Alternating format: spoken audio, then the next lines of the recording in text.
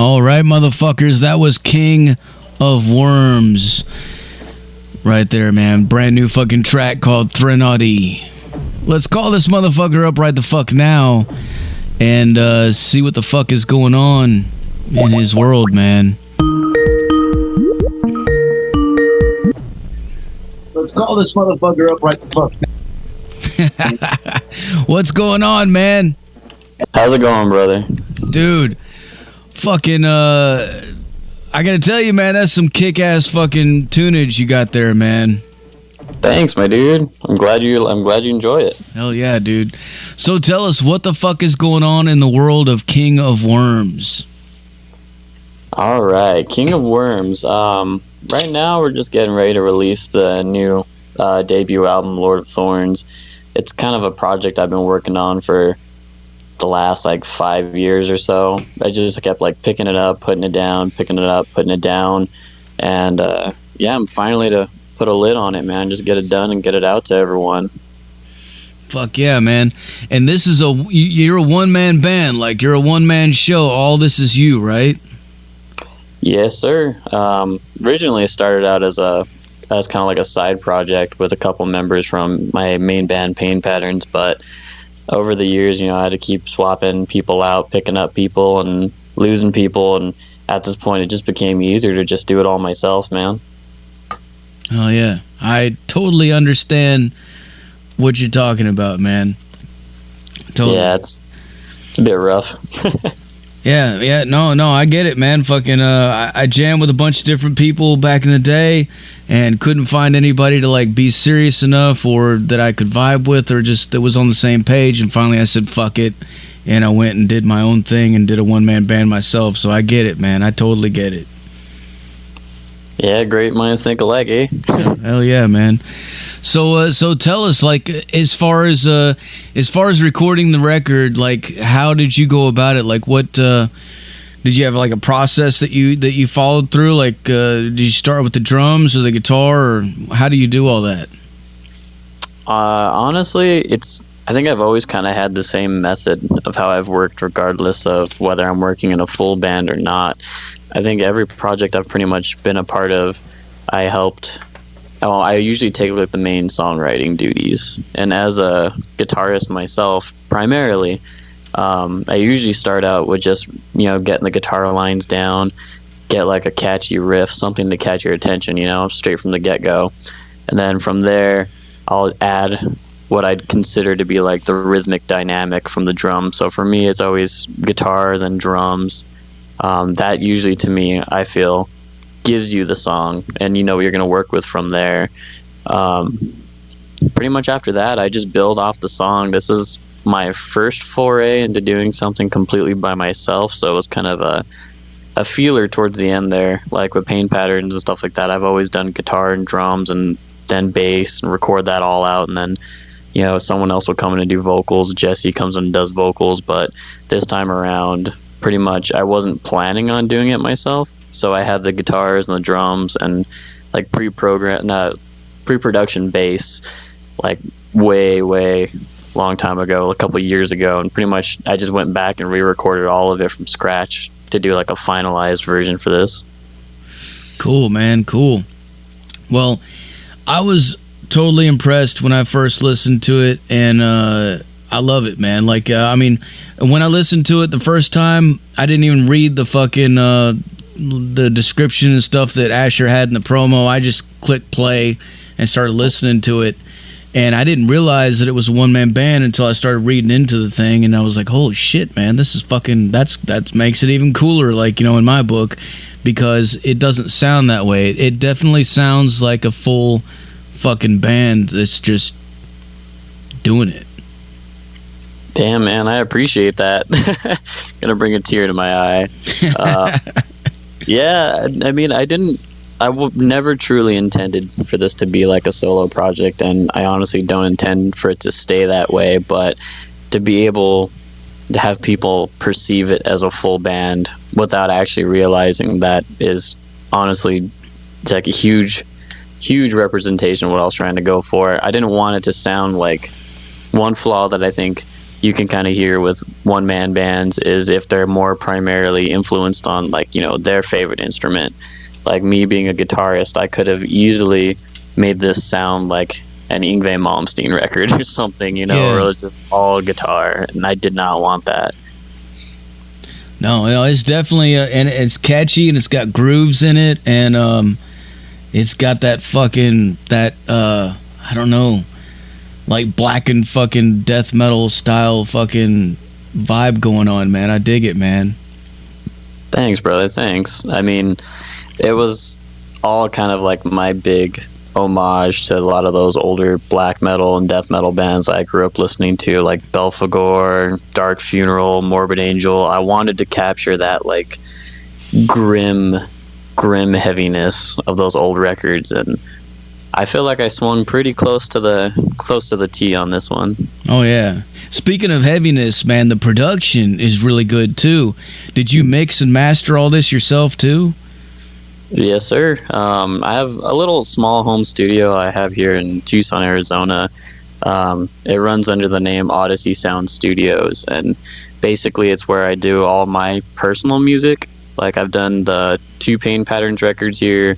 I did the guitars and bass for the 2 Judicator albums I was on, and then did this King Ov Wyrms one. This King Ov Wyrms album and the second Pain Pattern CD are the only CDs that I've actually done like 100%. Like, I've actually recorded all the instruments here. I did all the production, all the editing, all the mixing, mastering, all the fun stuff. That's all from here. Nice. I used to live in Phoenix, Arizona for a long time, and Tempe too. And one of the jobs that I did out there, I traveled a lot down to Tucson as well, man. So yeah, I'm familiar with the scene out there, man. Can you tell us what is the scene like nowadays? It's interesting now. I mean, 2020, there's not much of an actual scene going on physically. Got all that quarantine biz, but before that, the scene here, I feel, has always been like constantly shifting. Like, I remember when I first started out playing music here in Tucson and Phoenix in like 2011, 2012, there was a lot of like that hardcore kind of punk scene going on, and then there was like that really grimy death metal kind of stuff going on here, and I feel like it just keeps shifting back and forth. Like, you'll see a lot of death metal bands pop up, then you'll see a lot of hardcore bands, and then, you know, the trending scene like gent. I remember that was really big here for a while, and that I haven't seen a gent band in years. But yeah, man, there's still a lot of heavy death metalers and black metalers out here. I'm seeing a lot more black metal pop up, and it's turning out pretty good. Like, the dudes from Imperial, they're from up in Phoenix. They just released a new album. I was super stoked about that. Oh yeah, fucking desert fucking black metal, man. Yeah, you got that. You got that blizzard black metal. We're giving you that monsoon black metal, man. Those fucking monsoons, man. That fucking shit's crazy, dude. I don't think a lot of people realize that have never lived out there, like, what that's actually like, man. But it is fucking crazy. Yeah, dude. You experience all that dry heat and all that nothing, then we just get bombarded with storms for a small bit. It's beautiful. Hell yeah, man. Hell yeah. I got some questions rolling in from the chat room. Let me see here. Fucking Thunderous wants to know, what bands do you find influential? Oof. I'll usually kind of stick to a specific genre when I'm in a mood. So, like, a good reference was like the King Ov Wyrms stuff. You know, I was sticking to a lot of that heavy death metal and black metal that I personally grew up listening to. So, like, the main drivers, I'd say, when I was making this album was like those early Bloodbath records with Michael Ackerfeld on vocals. Mm-hmm. I was a big fan of those. I'm a diehard Opeth fan, but anything with Michael's a good go, especially when you could just make extreme brutal death metal. So I was a big fan of like the Bloodbath stuff, listening to this.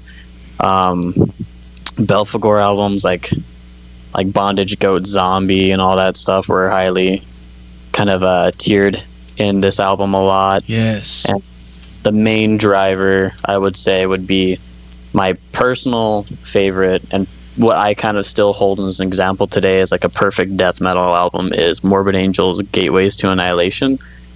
I remember picking that album up when I was like in middle school, and ever since then that's been like the definition for death metal for me. Hell yeah. Another question from the chat. Lady Red wants to know, how did you feel about making the choice to be a one-man band? I mean, it was something I really didn't want to do. That's what really held this album back, because I want to say, like, I started it out with Raimundo Romero, who was the original bass player for Pain Patterns. We kind of did this as like a side project, just because Pain Patterns had like its bits where we would go heavy, but it was never always extreme. We wanted to do something that was just straight extreme, like no holds barred.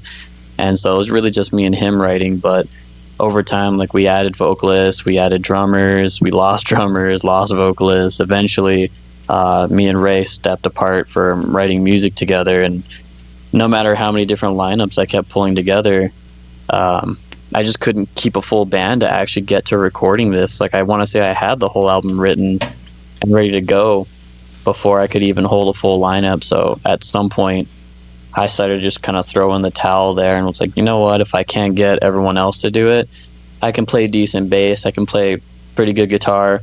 I'm a horrible drummer, but you can fix that in post. But yeah, and then I had to kind of, man up to doing vocals. That was something I was not really prepared for on this album. I've never really done main vocals, so Jesse from Pain Patterns was a big vocal coach for me, trying to help me not ruin myself physically and trying to teach me like proper methods and breathing and stuff like that, which really does make a difference when you're especially in a recording studio versus live too. Oh yeah, well, you did a great job, man. It fucking sounds badass, dude.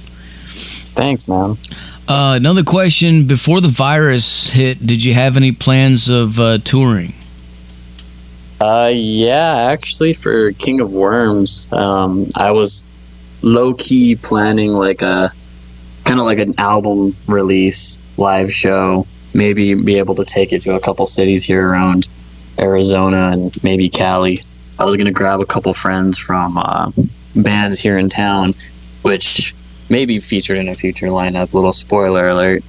Yeah, we were going to try to do a live presentation. I still have the album completely recorded and done by myself, but I mean, of course, I'm not going to go up on stage by myself with a guitar and scream. might be a little bit too much nowadays. Total fucking isolation. Yeah, man. I mean, hats off to Inquisition for doing just guitar and drums, but I think a guitar by themselves might be a little bit much. Yeah, I follow John Paul from fucking Conan on Facebook, and he's got that other band Ungraven where he does, it's like an industrial style version of Conan, I think. But yeah, he just uses a drum machine, and he was talking about doing shows where he's just got like a fucking, I don't know, like a fucking computer up there hooked up to the fucking PA, and he's just fucking jamming to it. But like, I mean, I guess, you gotta do what you gotta do. Like, that would be it would be strange, but it's not to say that it'd be bad. I mean, it would be an experience regardless. It sounds like it would be a technical fucking disaster, in my opinion. I don't know, like, thinking about it, like, trying to fucking do it, like, what do you do? Like, do you have fucking foot pedals that you fucking hook up that trigger certain things? Or, like, how the fuck would you do all that? Or would you be like, hang on, I think just bring in your own recording studio at that point. Play your own MP3s and your waves behind you, and just hopefully make sure you got that click track running in your ear, or else you're gonna get lost. Oh yeah. Let me see here. Another question. Lady Red wants to know, what do you prefer, bubble baths or showers? Oh man, shower for the time, but I mean, if you're gonna do a bubble bath, you gotta have your black candles in the room. You gotta get that nice mood lighting. Play some some grim black metal, make it nice and sensual. Oh yeah. What about bloodbaths? Like, fuck, man, might as well go all the way. Yeah, might as well add a little bit of blood in there. Some, go for the full experience. All right. Is there another question? Out of all the instruments that you play, is there any other that you'd like to learn? Honestly, like I thought about it recently, and I almost caved in and bought one. I don't think I have the lungs for like any wind instruments, but I really want to try to learn how to play a saxophone. Honestly, like listening to the Eson albums with Jorgen on the saxophone was a highly influential thing. Just hearing that instrument and what you can do with it as far as like an atmospheric aesthetic. Yeah. You can do some pretty bizarre but really interesting things with it. Yeah, it could be cool, man. Fucking when I saw Ghost on their last tour, and they had a fucking sax player come out and fucking jam with them and shit. It was cool. Yeah, man, I think that's a great instrument. But at like a young age, when I was learning all my other random instruments, I tried to pick up the flute, and I just could not get anywhere with that. Pretty much, I think at that point I figured out I don't have lungs for much instruments like that. Oh yeah. Speaking of lungs, have they fucking legalized fucking marijuana out there yet, or is it still? What are they doing? It's still on edge, man. We still got all the medical cards and dispensaries here, but it's not recreational yet. I mean, but with the amount of people here that use it recreational, I don't see what's holding them back anymore. Yeah, I hear you, man. Yeah, I don't even see how it's fucking illegal out there anyway. Like, they obviously don't give a fuck. Like, I remember when I was living out there, man, you go to trails and shit and fucking buy bongs and stuff, and then go outside, and the cops are sitting right out there eating donuts at the fucking shop right next door, and they're not even fucking batting an eye at you, like walking out of there with that shit, and they know what the fuck you're doing. They know you're not fucking going out of there to go pack it full of tobacco. Yeah, those big old tobacco bombs. I mean, there's weed fucking flags in the fucking door. Like, fuck. It's obvious. It's crazy, man. It's crazy. Yeah, I don't know what the fuck, man. They need to fucking legalize that shit fucking nationwide, dude, and just fucking be done with it, man. For fuck's sakes. Yeah, just put a cap on it and call it a day. I'm a little enough over the argument. Well, I'm down here in Tennessee now, and I can tell you, man, these motherfuckers around here, they will be the last motherfuckers to do it if it ever happens, man, for sure. I don't know what the fuck, man. They're just church going fucking motherfuckers, man. You got a lot harsher over there, huh? Hell yeah, dude. It's crazy, man. Let me see here. Another question. Is making music something that you always wanted to do, or did you have another career choice in mind at some point? Honestly, I think ever since I was really young, probably like elementary school, I knew I wanted to be a musician. Like, I remember growing up, and my old man listened to like a lot of classic rock, and like he was a big fan of the Eagles. And I remember watching those old Eagles concerts and just watching them just jam away on their guitars, and that like showed me that I wanted to be a guitarist. Like, that shit was cool. But as like I got older, I fell into, of course, more heavier metal and things like that, and I started learning classical music and jazz when I was in school, and I ended up wanting to pursue a career as a teacher. I actually went to college for a little bit trying to get a performance degree in classical music. So pretty much I've always wanted to do something with music, and unfortunately teaching didn't work out too well for me. I didn't get to finish my college experience, but it opened the door for me to do the audio engineering aspect, and I feel I've been a lot more fortunate to that degree. Been working with a lot of bands, been able to release my own music. This is pretty much going the way I want it to go, and I don't see any point changing. Hell yeah. Another question, Mike from Gravehuffer wants to know, are you using live drums or a drum machine? And if it is a drum machine, do you like programming drums? Because he fucking hates it. Actually, I was listening to the radio right before we tuned in, and I heard that Grave Huffer track. That shit was dope, dude. I loved it. I immediately went and saved that for later on my Spotify. But for the drums, I have my drummer's electronic kit over here. I honestly prefer recording acoustic drums. I'm not a good drummer, so I had to make that skimp of recording what I can play on an electronic kit to capture the MIDI. And pretty much all I was able to play was like the blast beats and the straight rhythm ones. I had to program quite a bit of the drum fills. So what I did was I recorded like the bass bits on the drum kit, and then I ran it all into my Cubase and pretty much spot edited things to make it sound more like an actual professional drummer. And what I ended up using was Steven Slate drums for that. I've been a big Steven Slate fan for years. I hate programming drums, man, I really do, but at the end of the day, I want people to enjoy my music and not experience how bad of a drummer I am. Wow, man, that sounds intense, dude. When I was reading it that you were a one-man band and that it was programmed drums, I was thinking that you were probably using Easy Drummer or something like that, you know? No, I mean, Easy Drummer's cool. I mean, I like it, but I honestly never was able to comprehend much of like those drum loops and like the pre-drag and drop things.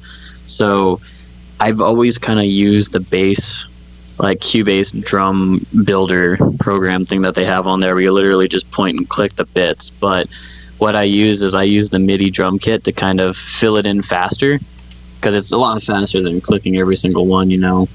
And I've been fortunate enough to be able to play blast beats and things like that really well.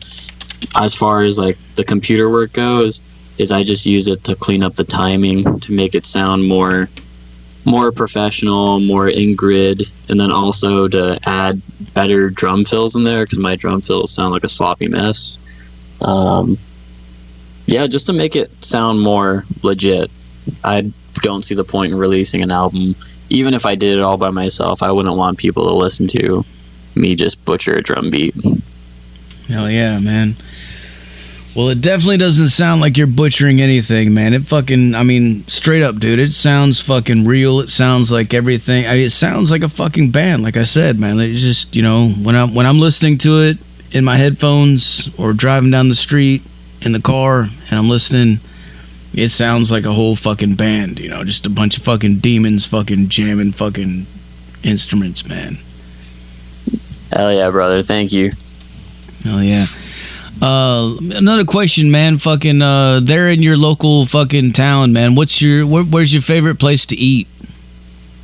Oh man, I actually just saw something that got posted here in town.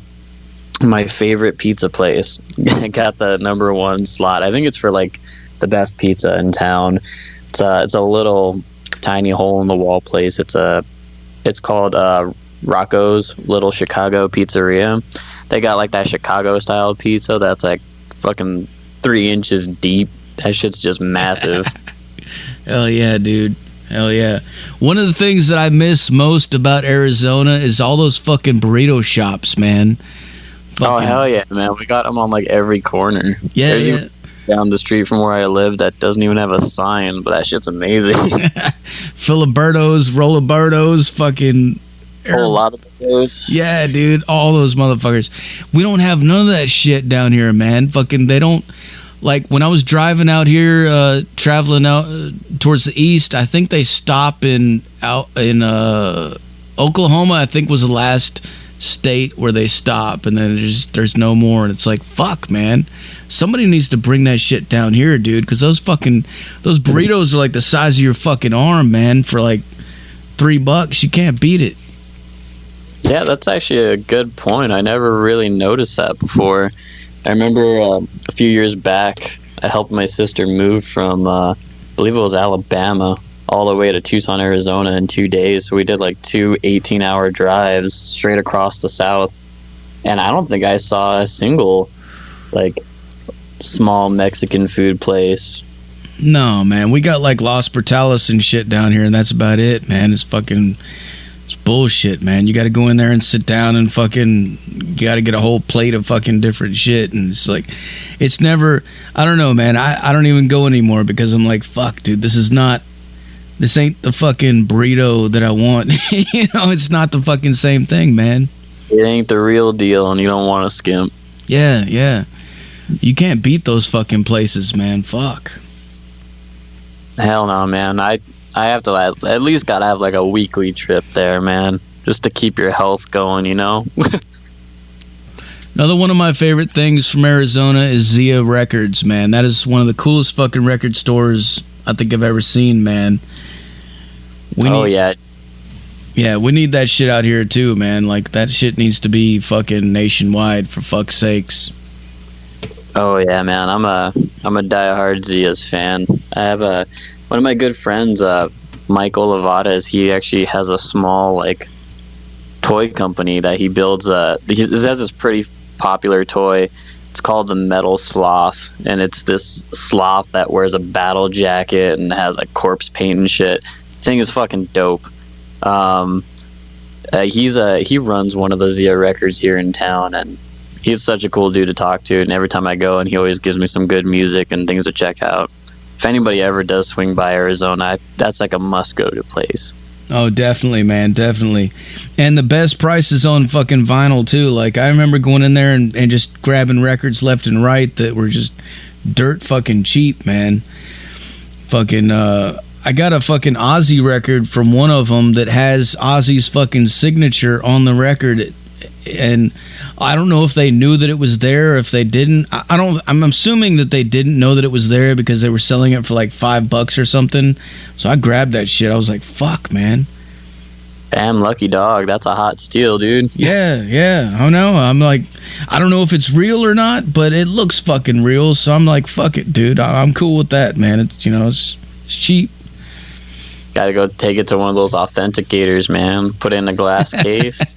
get like the signed time work on it and everything. Right. Yeah. It's definitely a cool thing, man. And I think I don't know. Like, I know there for a while that physical merch sort of stopped a little bit. Like, it seemed like people were just buying digital, but nowadays people are going back to the physical, and they're really getting into buying vinyl and cassette tapes and stuff like that. As far as you guys or as far as you, are you planning on, is this going to be released on vinyl or anything at any points in the future? I mean, I would love to have a release on vinyl for Lord of Thorns. At the moment, I just have the digipacks being printed and sent on the way over here. I should get them early November, but we'll see on that. If I can manage to get enough money, maybe even think about doing a crowdfunder for it. But yeah, I don't have any definitive plans to print to vinyl or cassette, but I would definitely jump at the opportunity if one arose to get this on vinyl. Maybe do a nice color run. Hell yeah. Yeah, and that brings up another thing, man. The album art on this is fucking awesome. I love it, dude. Can you tell us about that? Like, who did that, and was there a story behind it? My good friend Thomas Carlson, he did the artwork for this. He's a good buddy of mine. He's played in quite a bit of bands here in Tucson as a guitarist, but he's quite, I would say, a very popular artist. He does a lot of obscure artwork. I've seen him do a lot of stuff that's almost like Magic the Gathering kind of cards. He's a big fantasy kind of dude. And we were talking about like making music and things like that, and he wanted to know what I was going for, and I told him about the King Ov Wyrms project and what I wanted to do for an album cover, and he said he'd help me out. At first, all I literally wanted to do was just grab like a crown of thorns, like an actual crown of thorns, and just put it on like a fake throne and just throw some blood on it, slap the logo over it like those old just picture album covers. Like, I didn't want to really do anything heavily processed or digitized or anything. And I kid you not, I just gave him that description. A few days later, he threw this thing at me in my email, and that artwork just blew my mind, man. he gave me the logo, he did the artwork for it and everything, and I feel he kind of ended up giving King Ov Wyrms that physical image, because at first I had no idea even what I really wanted it to look like, but like the dark green hues, the heavy obscure black metal logo, that grim aura that you see in like the background behind the throne, and then you can't see it in most of the pictures, but on the actual physical prints of the CD, the artwork actually trails all the way around, so it's a full wrap that he did, and that shit's just phenomenal, dude. Oh yeah, yeah. You know what it reminds me of is that old movie Clash of the Titans, the original one, where they showed fucking the Calibus dude fucking in the swamp area, and he had this little fucking throne thing that he was sitting on, and I don't know if you've seen that or not, but oh yeah, dude, I love that shit. That's what such a good example. That's totally what I was thinking about when I saw that record album, dude. The album cover, I was like, "Fuck, this fucking badass, man." That's a great description. Like when he first threw this at me, I think I was like mid deep into one of my reruns of Diablo 2. Old school fucking computer game, and I was like, this is just perfect. It's great timing. Hell yeah, man. Speaking of video games, what's your favorite video game to play? Oh, that's a hard one. I grew up playing a lot of RPGs and things like that. I was really big into the whole fantasy thing and like Dungeons and Dragons, kind of Diablo type shit growing up. But I think the game series that really caught me is the Witcher series. I'm a big fan of The Witcher. I actually made it like this last year with all the quarantine time. I made a goal of it myself to actually go back and replay the entire series from the first game all the way to the third, since I got this new PC up in the home studio. But yeah, that's one of my favorites. I would probably have to say the Witcher series definitely stole me. Fuck yeah. All right, another question from the chat. Thunderous wants to know, where do you want to go being a one-man band in the future? Let's see. I honestly don't want to be known as a one-man band in the future. As cool as it is, and I appreciate the ideologies behind it, being able to say you have the capabilities of running things all on your own. I feel like when you have those other band members, even if they aren't writing the songs, everybody does add like a texture to the outcome of the album that truly makes it unique. And that's something I truly love to experience, at least in myself, where I like writing a song and expecting it to be this way. And then, like, for example, with Pain Patterns, I'll hand it off and our drummer Jaime will get on that, and he'll just take my ideas and like throw them in the trash and come up with something way fucking better. I like having a band involvement. I feel it really develops the sound and gives it more of a unique experience. I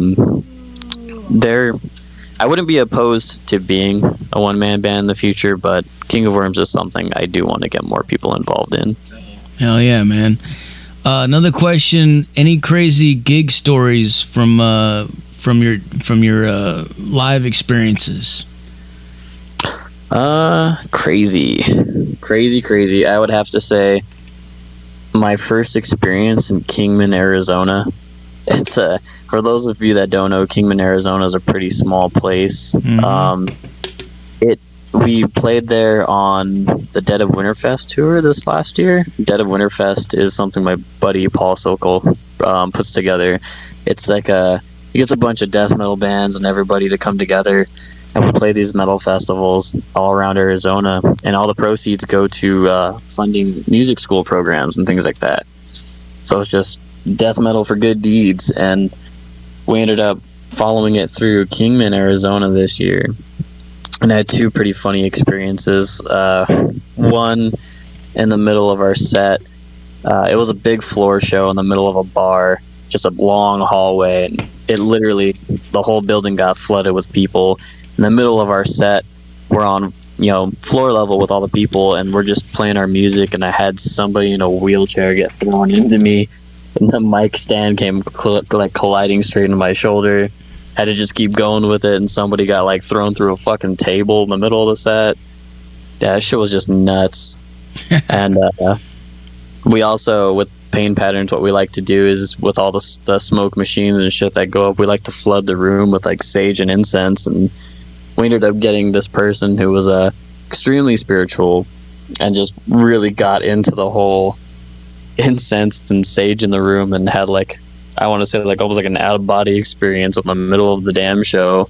Just pure death metal going around, smoke everywhere, people moshing at this one person looking like they're in their own spiritual world. That shit was bizarre, but it was great, man. Hell yeah. That reminds me of the time that I saw Watain out there, man. Fucking they played in this little club, and they came in, and I remember reading the stories about like what they would do, and I was already expecting it, but like, yeah, when they came in, they fucking were putting dead carcasses and like pieces of bones and stuff on these fucking grates, and they had like fans behind them, and they were blowing the smell of fucking death out into the fucking room, and it was filling the place up. And then they started burning a bunch of incense, so it was like you constantly got these whiffs of first you would get like the smell of decomposition, and then you would get the smell of incense. It was like back and forth. Was that on the Black Metal Warfare tour with Mayhem and I think Rotting Christ? No, that was I think the tour before that.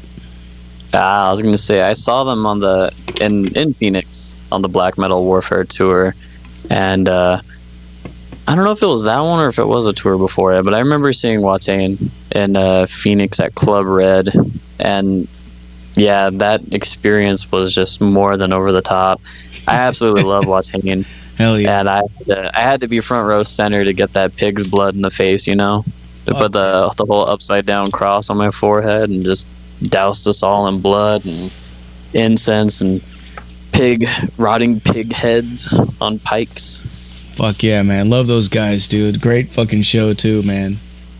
Hell yeah, dude. I'm a big fan of like those big stage aesthetics, so whenever bands do that shit, it always works great in my opinion. Yeah. Like I always tell people, you know, like at that show when I was standing in there in the crowd, like looking at the stage with all the flames and everything that they had going, and just the whole thing about it, it looked like you were staring into fucking hell. You know, it was like we were being pulled into this fucking vortex or something. It was crazy, man. It was cool. Just a mass torrent of mayhem on the stage, covered in blood, guts, and bones. Fuck yeah. Hell yeah, man. All right, well, I'm about out of questions for you. Is there anything else you want to let your fans know? Just thank you to everyone that's shown me some extremely positive support, and all the people taking the time to listen to King Ov Wyrms. This project has been a really hard one to pull together, but it's been very rewarding seeing all the positivity from everyone. I just want to say thank you to everyone that's taken the time. And of course, thank you, Zach, for having me on the radio, man. Hell yeah, dude. Anytime, man. Anytime. Well, before I let you go, I got to get you to make us a station tag, all right? Will do, man. All right, whenever you're ready, say something like, "This is King Ov Wyrms, and you're listening to Metal Devastation Radio." Sounds good. How's it going, everybody? This is Mike with King Ov Wyrms, and right now you're listening to one of the most brutal stations, Metal Devastation Radio. Cheers. Fuck yeah, dude. That's what I'm talking about. Hell yeah, brother. All right, well, what I'm going to do now is I'm going to blast some more King Ov Wyrms for these motherfuckers so they can go crazy, all right, dude? Sounds good, my dude. Have a beer for me. All right, man. Cheers. We'll talk to you later. Cheers, brother. Thank you. There you have it, folks. King Ov Wyrms live on the Zach Moonshine Show with Metal Devastation motherfucking radio. Like I said earlier, put your speakers in your fucking windows, put them in your front lawns, put them wherever the fuck you can. Make your neighbors fucking hate you. If you don't fucking see U-Haul trucks everywhere, I don't know what the fuck you're doing, man. Crank it the fuck up. This is King Ov Wyrms.